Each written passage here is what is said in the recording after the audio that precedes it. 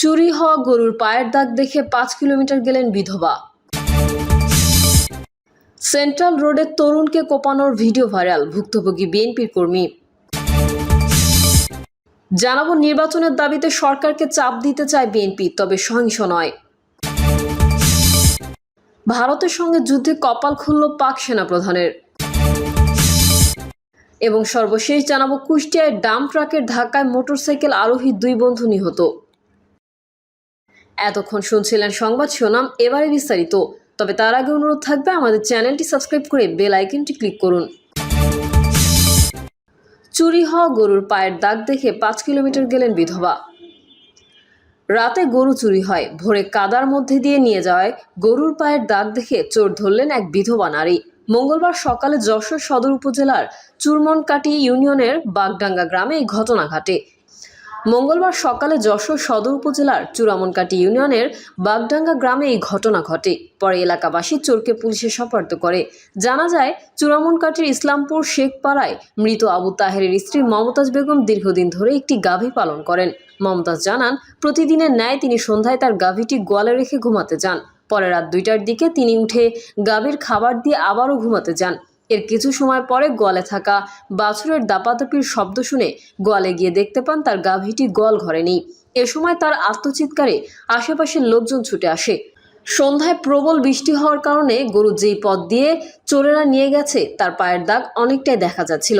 এই সময় বিধবা মমতাজ কয়েকজনকে সাথে নিয়ে গরুর পায়ের দাগ ধরে এগোতে থাকেন। প্রায় 5 কিলোমিটার দূরে বাগডাঙ্গা গ্রামে মহিউদ্দিনের ছেলে আশরাফুল ইসলামের বাড়ির কাছে গিয়ে পায়ের দাগ শেষ হয়। এ সময় মমতাজ ও তার সাথে থাকা লোকজন আশেপাশে খোঁজাখুঁজির এক পর্যায়ে আশরাফুল ইসলামের বাড়ির সাথেই বিশেষভাবে তৈরি একটি ঘরে চোরাই গল ঘরে গাভীটি দেখতে পান তারা। মুহূর্তেই বিষয়টি এলাকায় জানাজানি হলে আশরাফুল ইসলাম কৌশলে পালিয়ে যায়। পরে এলাকাবাসী জোটবদ্ধ হয়ে খোঁজাখুঁজির এক পর্যায়ে তাকে আটক করে। এলাকাবাসীর হাতে আটকের পর চোর আশরাফুল ইসলাম জানান, তিনি সহ একই গ্রামের বান্নার ছেলে রিপন ও রেজাকের ছেলে ইমন মিলে গরুটি চুরি করে আনেন। এ ব্যাপারে শাহজাহালি পুলিশ ফাঁড়ির ইনচার্জ এসআই আব্দুর রৌফ জানান, খবর পেয়ে ঘটনাস্থলে গিয়ে অভিযুক্তকে পুলিশ হেফাজতে নেওয়া হয়েছে। এলাকাবাসীর সহযোগিতায় ভুক্তভোগী ওই নারীকে গরুটি বুঝে দেওয়া হয়। এছাড়া অভিযুক্তকে থানায় সোপর্দ করা হয়েছে। সেন্ট্রাল রোডে তরুণকে কোপানোর ভিডিও ভাইরাল, ভুক্তভোগী বিএনপির কর্মী। জনবহুল সড়কে গাড়ি চলছে, পথচারীরাও হাঁটছেন। এমন একটি সড়কে ধারালো অস্ত্র হাতে 3 জন মিলে এক ব্যক্তিকে এলোপাথারি কোপাচ্ছেন। কোপানোর পর এক ব্যক্তি মোটরসাইকেল চালিয়ে ঘটনাস্থল ত্যাগ করেন। এমন একটি ভিডিও সামাজিক যোগাযোগ মাধ্যমে ছড়িয়ে পড়েছে। খোঁজ নিয়ে জানা গেল, গত রোববার রাত 11:30টায় রাজধানীর সেন্ট্রাল রোডের ভূতের গলির প্রবেশ মুখে ঘটনাটি ঘটে। ভুক্তভোগী ব্যক্তির নাম সাইফ হোসেন মুন্না। তিনি কলাবাগান থানার 16 নম্বর ওয়ার্ড বিএনপির একজন কর্মী। তিনি এখন রাজধানীর জাতীয় অর্থোপেডিক্স ও পুনর্বাসন প্রতিষ্ঠানে চিকিৎসাধীন। পুলিশ জানায়, রোববার রাতে কাজ শেষে বাসায় ফেরার পথে সাইফ হোসেনের গতিরোধ করেন মামুন নামের এক ব্যক্তি। তখন মোটরসাইকেলে করে ঘটনাস্থলে আসেন এমসি শুভ ও রানা নামের 2 জন। আরেকটি মোটরসাইকেলে আসেন মোবারক নামের একজন। সাইফকে উপরে তুলে মাটিতে ফেলে দেন মামুন, আর শুভ মোটরসাইকেল থেকে নেমে এলোপাথারি কোপাতে শুরু করেন। পরে তার সঙ্গে আরও 2 জন যুক্ত হন। কোপানোর পর দুর্বৃত্তরা ঘটনাস্থল ত্যাগ করেন। পুলিশের নিউ মার্কেট থানার ভারপ্রাপ্ত কর্মকর্তা AK মাহফুজুল হক প্রথম আলোকে বলেন, এ ঘটনায় 5 জনের নাম উল্লেখ করে মামলা হয়েছে। অজ্ঞাত পরিচয় আরও কয়েকজনকে আসামি করা হয়েছে। কোপানোর ঘটনায় জড়িত ব্যক্তিদের কাউকে এখন পর্যন্ত গ্রেফতার করা যায়নি, তবে তাদের গ্রেফতারের সর্বাত্মক চেষ্টা চলছে। এর মধ্যে বিভিন্ন স্থানে অভিযান চলছে বলে জানান ওসি। নির্বাচনের দাবিতে সরকারকে চাপ দিতে চায় বিএনপি, তবে সহিংস নয়। অন্তর্বর্তী সরকারের উপর চাপ বাড়িয়ে আগামী জাতীয় সংসদ নির্বাচনে সুনির্দিষ্ট রোডম্যাপ আদায়ের দাবিতে রাজপথে নামার পরিকল্পনা করছে বিএনপি। তবে আন্দোলন হবে শান্তিপূর্ণ, এই অবস্থানে অনড় দলটি নীতি নির্ধারকরা মনে করেন, পরিস্থিতি যেদিকে যাচ্ছে তাতে নির্বাচন ছাড়া সংকটের সমাধান নেই। তবে আন্দোলন যেন কোনোভাবেই সহিংসতায় না গড়ায় সেই বিষয়ে সর্বোচ্চ সতর্ক থাকতে চায় বিএনপি। বৈঠক সূত্র জানায়, বিএনপির নেতারা মনে করছেন, সম্প্রতি গুরুত্বহীন কিছু ইস্যু নিয়ে বিভিন্ন পক্ষের হঠাৎ মাঠে নামার পেছনে উদ্দেশ্য প্রণোদিত কিছু আছে। এতে আইনশৃঙ্খলা পরিস্থিতিরও অবনতি হচ্ছে।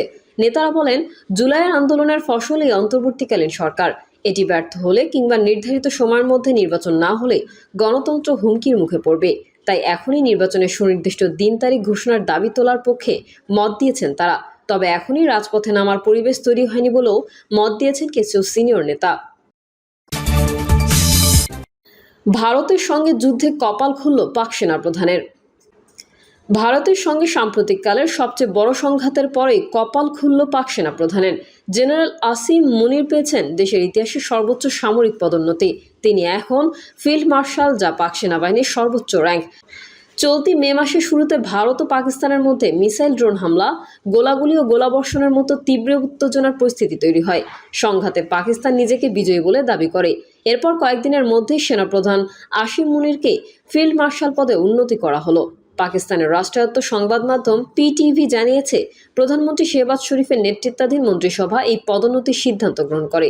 তাদের দাবি, ভারতের সঙ্গে সাম্প্রতিক দ্বন্দ্বে মুনিরের অসাধারণ নেতৃত্ব ও কৌশলগত ভূমিকার কারণেই তাকে এই মর্যাদাপূর্ণ পদ দেওয়া হয়েছে।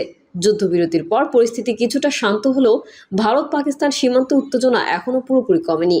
এর মধ্যেই সেনাপ্রধান মুনির হুঁশিয়ারি দিয়ে বলেন, পাকিস্তান শান্তি চায়, তবে দেশের সম্মান ও সার্বভৌমত্বে আঘাত এলে আমরা পাল্টা জবাব দিতে দ্বিধা করব না। অন্যদিকে ভারতীয় প্রতিরক্ষা মন্ত্রণালয় জানিয়েছে, তাদের চালানো অপারেশন সিঁদুর এখনও শেষ হয়নি। প্রয়োজনে পাকিস্তানে আরও হামলার প্রস্তুতি রয়েছে বলেও ইঙ্গিত দিয়েছে নয়াদিল্লি। আসিম মুনির 2022 সালের নভেম্বরে পাকিস্তানের 11তম সেনাপ্রধান হিসেবে দায়িত্ব গ্রহণ করেন। তিনি সাবেক সেনাপ্রধান জেনারেল কামার জাভেদ বাজওয়ার স্থলাভিষিক্ত হন। 2024 সালের নভেম্বরে তার মেয়াদ 3 বছর থেকে বাড়িয়ে 5 বছর করা হয়, যা দেশটির সামরিক ইতিহাসে একটি ব্যতিক্রমী সিদ্ধান্ত। এর আগে মুনির ছিলেন পাকিস্তানের শক্তিশালী গোয়েন্দা সংস্থা ISI এর প্রধান। 2019 সালের ফেব্রুয়ারিতে পুলওয়ামা হামলার সময় তিনি গোয়েন্দা প্রধান হিসেবে দায়িত্ব পালন করেন। ওই ঘটনায় 40 জন ভারতীয় জওয়ান নিহত হন, যা ভারত পাকিস্তান সম্পর্কের চরম অবনতি ঘটায়। সেই সময়ের গোয়েন্দা ব্যবস্থাপনায় জেনারেল মুনিরের ভূমিকা উল্লেখযোগ্য ছিল বলে মনে করা হয়। কুষ্টিয়ায় ডাম্প ট্রাকের ধাক্কায় মোটরসাইকেল আরোহী 2 বন্ধু নিহত। কুষ্টিয়ার মিরপুরে বালুবাহী ডাম্প ট্রাকের ধাক্কায় মোটরসাইকেল আরোহী 2 বন্ধু নিহত হয়েছেন। মঙ্গলবার বিকেল 3টার দিকে মিরপুর উপজেলার যোগীপুল এলাকায় কুষ্টিয়া মেহেরপুর সড়কে এই দুর্ঘটনা ঘটে। নিহতের স্বজন ও পুলিশ সূত্রে জানা গেছে, মোটরসাইকেল যোগে রাব্বি ও তুষার মিরপুর থেকে কুষ্টিয়ার দিকে যাচ্ছিলেন। পথিমধ্যে কুষ্টিয়া মেহেরপুর সড়কের যোগীপুল এলাকায় বিপরীতগামী একটি বালুবাহী ডাম্প ট্রাক তাদের মোটরসাইকেলে ধাক্কা দেয়।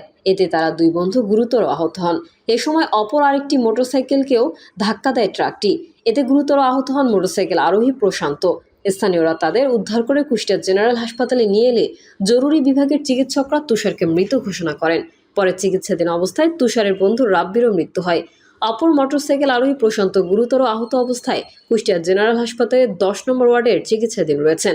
বিষয়টি নিশ্চিত করে কুষ্টিয়া জেনারেল হাসপাতালের দায়িত্বরত চিকিৎসক সবুজ হোসেন এবং বলেন, হাসপাতালে আনার আগেই তুষারের মৃত্যু হয়। গুরুতর অবস্থায় ভর্তি হওয়ার পর চিকিৎসাধীন অবস্থায় রাব্বিরও মৃত্যু হয়। আহত প্রশান্ত চিকিৎসাধীন রয়েছে।